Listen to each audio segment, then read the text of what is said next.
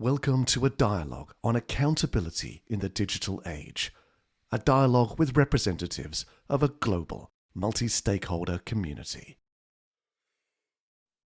And I'm your host, Frits Bussemaker, and today I'm delighted and privileged to have a conversation with Jan Kleijssen. Jan, welcome to the dialogue. Thank you very much. Allow me to introduce Jan. Jan is the Director of Information Society and Action Against Crime at the Council of Europe.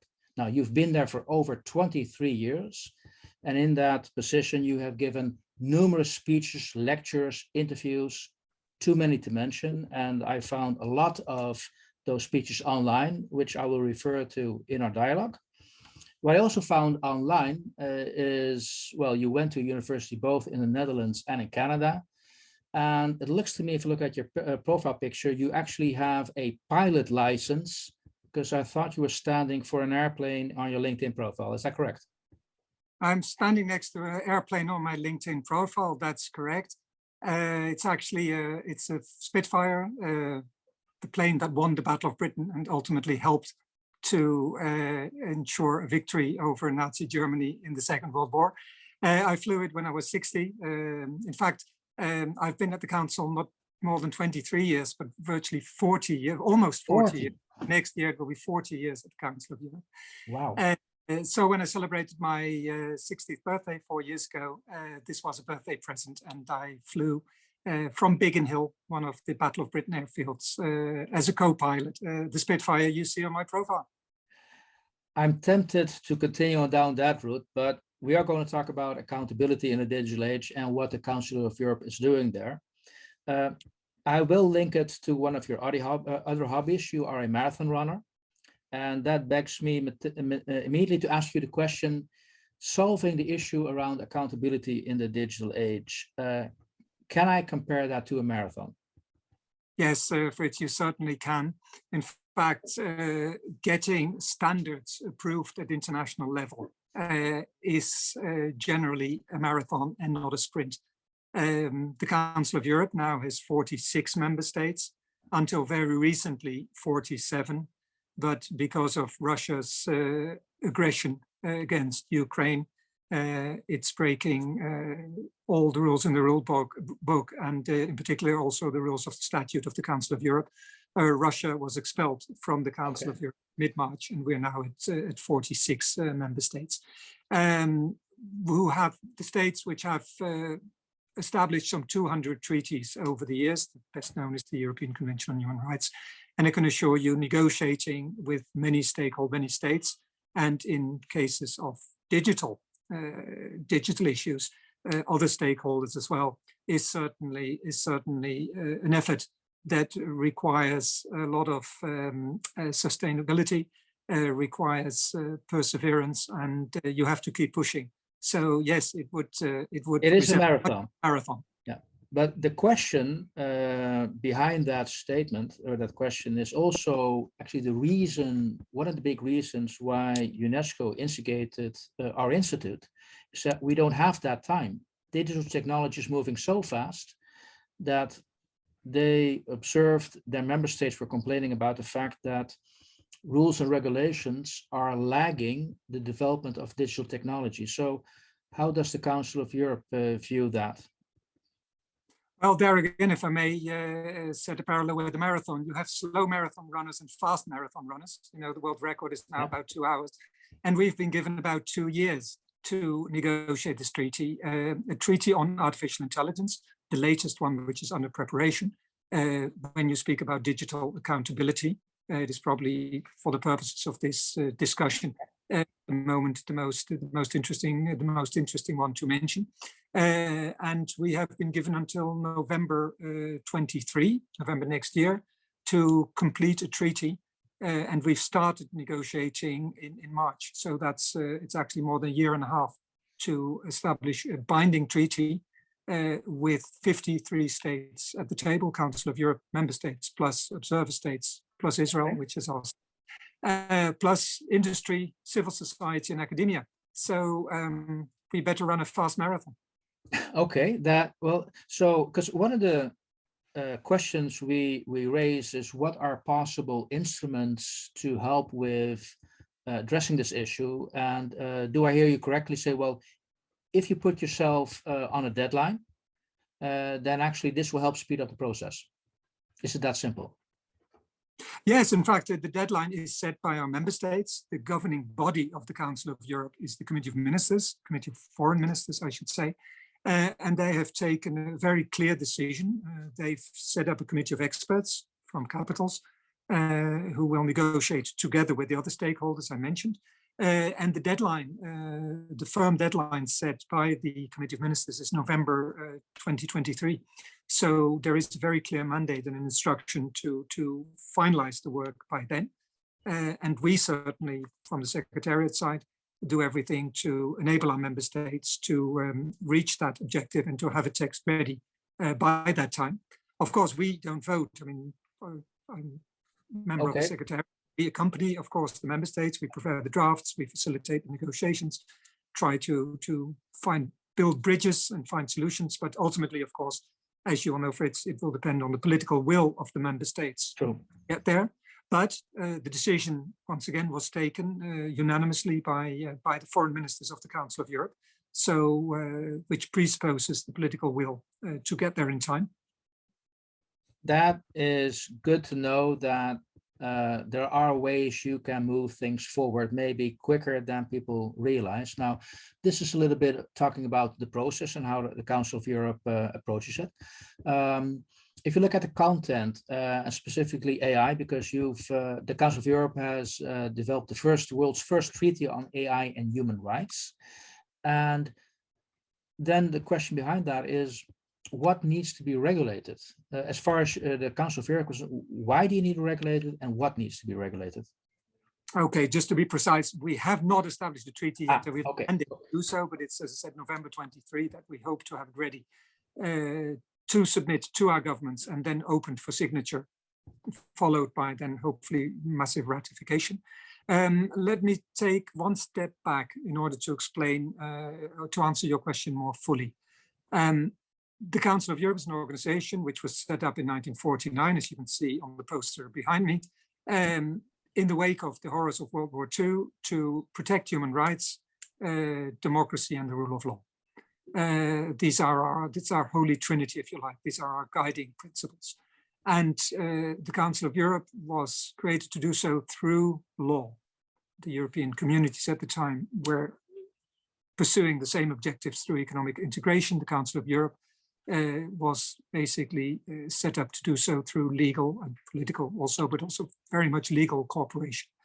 To that end, as I already mentioned, we've established a whole series of treaties that initially were limited to the member states of the Council of Europe, but increasingly were opened to non-member states. And to give you an example of a treaty that is also highly relevant in the digital age, the Budapest Convention on Cybercrime, which celebrated its 20th anniversary last year, and which has been ratified, is to say, full parties in 66 states around the world.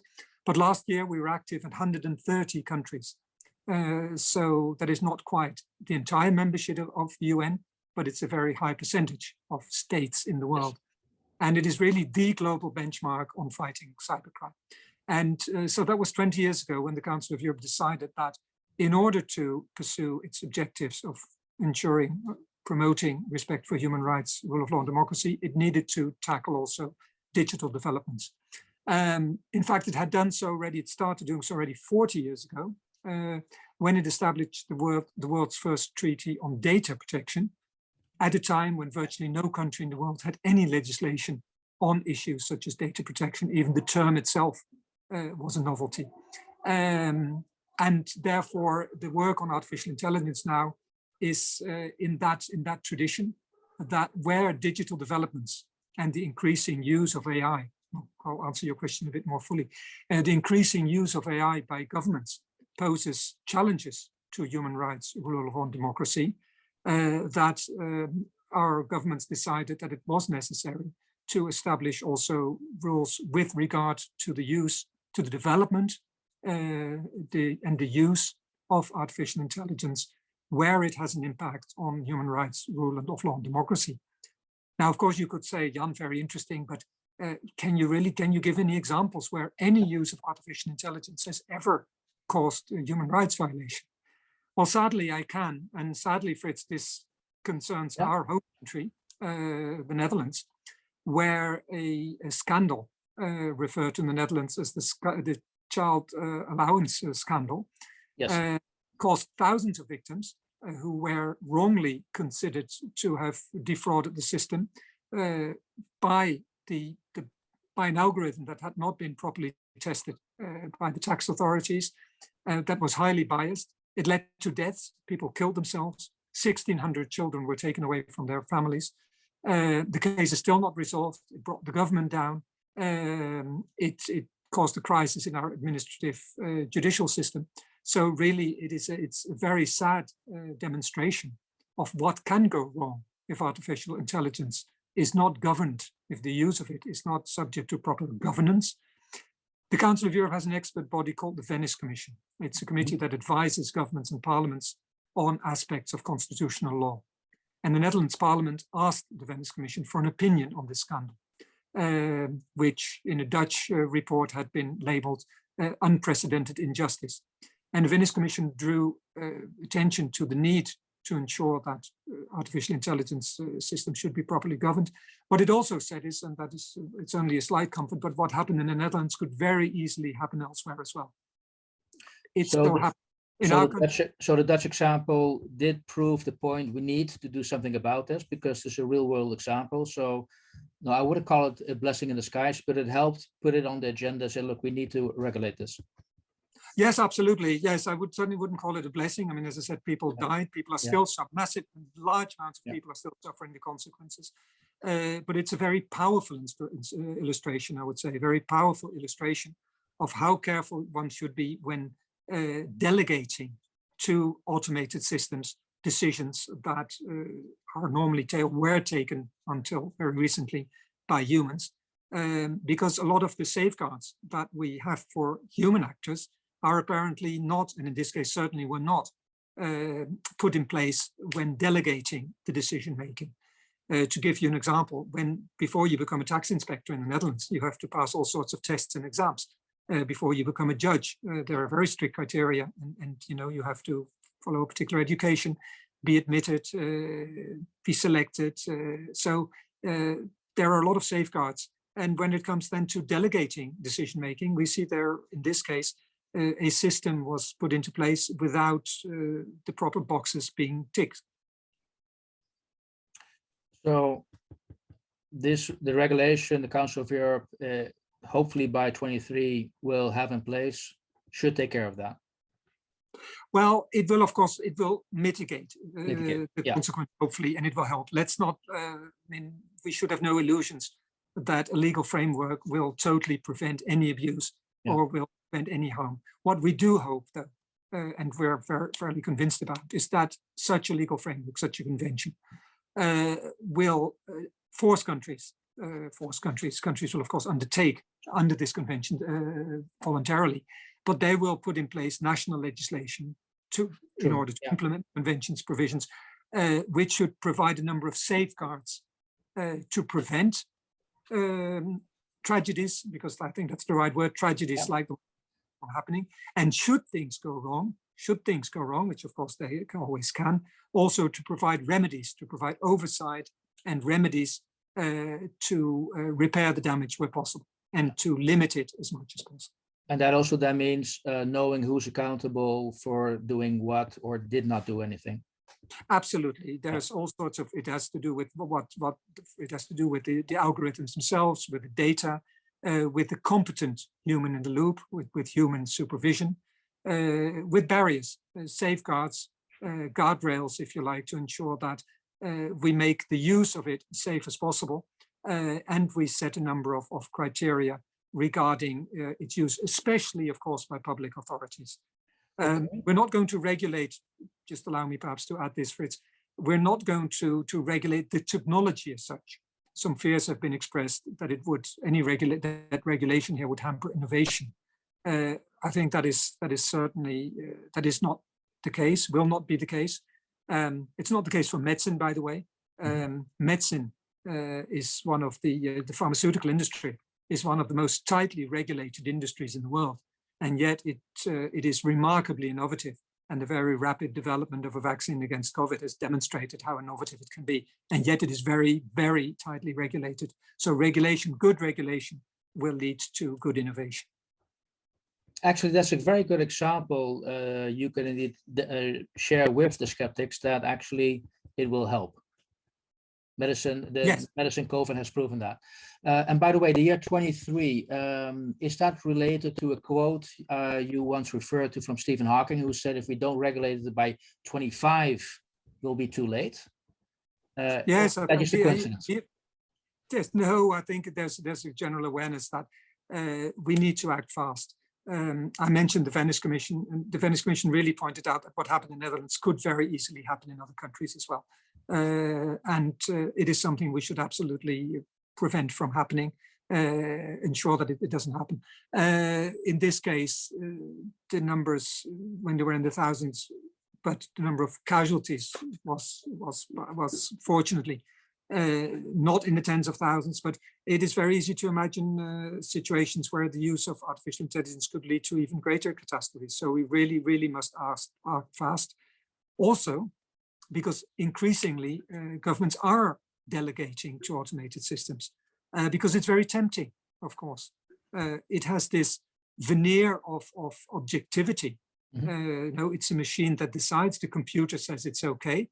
It has this veneer of reliability, and of course it is cheap.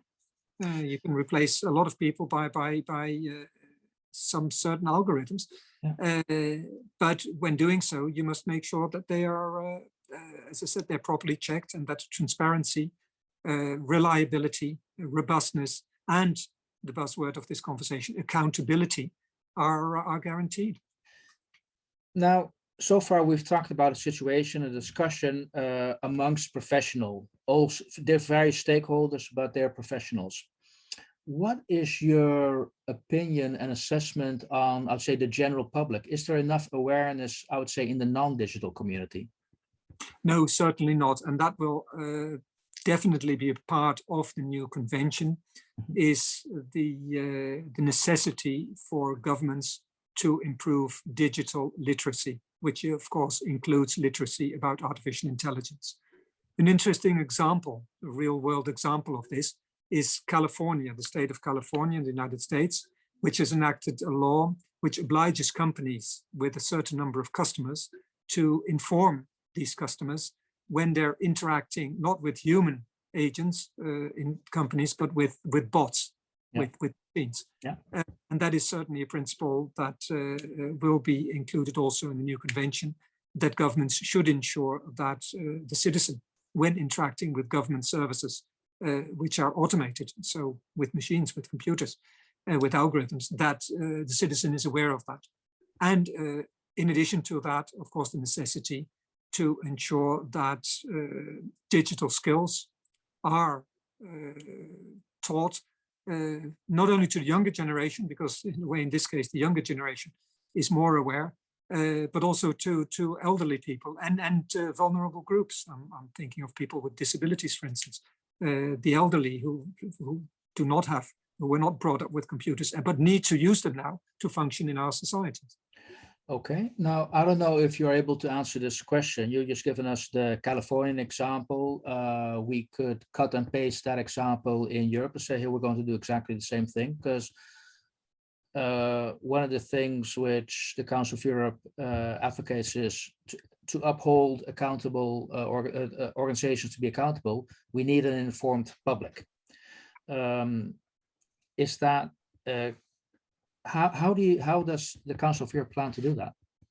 Or well, we hope that the governments will agree during the negotiations to include provisions in the convention which will oblige governments to ensure that the rollout, the increased use by government services of automated decision-making, of artificial intelligence, is accompanied by an appropriate awareness campaign, information, and also, once again, I come to this, oversight and remedies to ensure that the use of this technology will be as safe and as beneficial as possible.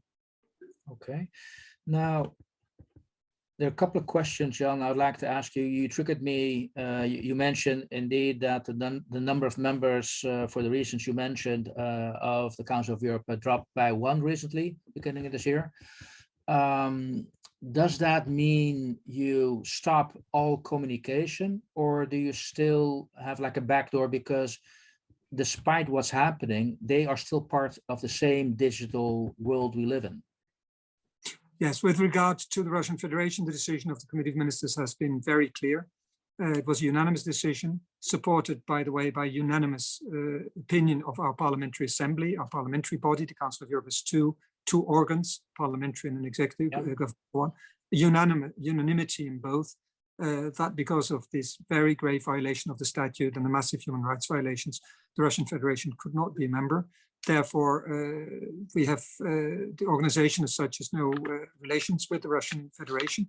The Russian Federation, however, remains a party to a number of conventions of the Council of Europe, which was set up under the framework of the Council of Europe. And there is a discussion at the moment between state parties to these conventions, how any possible, how these conventions can, and the mechanisms set up at them can function. We have a case in the past, of course. We had Greece that was expelled from the Council of Europe after the military coup, and it returned once democracy had been reestablished.